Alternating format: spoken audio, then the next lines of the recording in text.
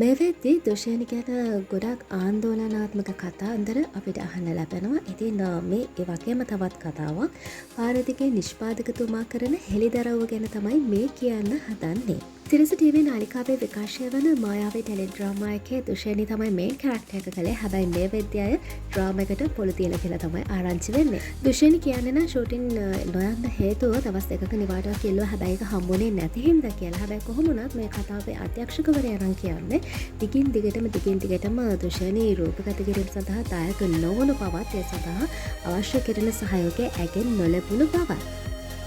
මේ ගැන සමාජ මාධ්‍ය ජාලාවල ඉතාමත් ලොකු කතාබහක් ඇති වුණානේ. කොහොම වුණත් මේ කතාව කිව්වේ මායාවී ටෙලිඩ්‍රාමා එකේ අධ්‍යක්ෂණයෙන් දායක වන සඳන් රාජකරුණා මහත්මයා. ඉතින් දුෂේනිගේ මේ කල්කිරියාවට සමාන කල්කිරියාවක් ගැන පාරදිගේ නිෂ්පාදකතුමාත් මෙන්න මේ වගේ කතාවක් කියනවා. පාරදිගේ නාට්‍යයටත් දුෂේනි ඔය දේම කළා. නිෂ්පාදකයා විදිහට විඳින පාඩුව, අධ්‍යක්ෂක ඇතුළු අනෙකුත් ශිල්පීන් විඳින අපහසුතාවය ගැන මෙයාට කිසිම තැකීමක් නැහැ.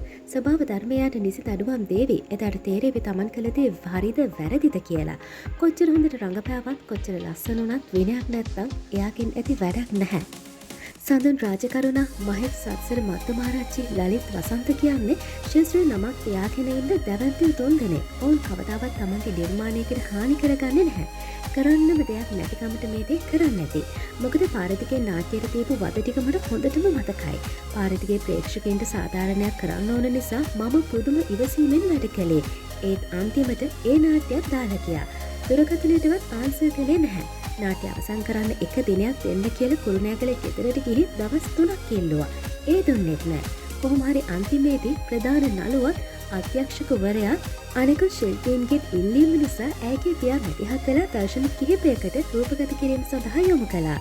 එසේ නොමැතිවුවා නම් කතාව අවසන් කරන්න වෙන්නේ අසාර්ථක අවසානයකින්. සියලුම නිෂ්පාදකවරුත් අධ්‍යක්ෂකවරුත් එකතු වෙලා මේ වගේ අය ශේත්‍රයෙන් ඉවත් කරන්න කටයුතු කරන්න ඕනේ. නැත්තම් අපිට නිර්මාණ රැකගන්න බැරි වෙනවා. මායාවී ටෙලිනාට්‍යය තවදුරටත් සාර්ථක වේවායි මම සුබ පතනවා. උපුටා ගැනීම නිෂ්පාදක චාමර සමරවික්‍රම මහතාගේ ෆේස්බුක් පිටුවේ.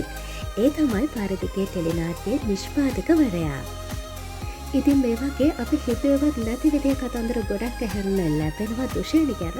ඉතින් ඉක්මනටම ඒ කතන්දරත් අනිවාර්යෙන්ම අපි කියන්න ලෑස්ති වෙලා ඉන්නවා.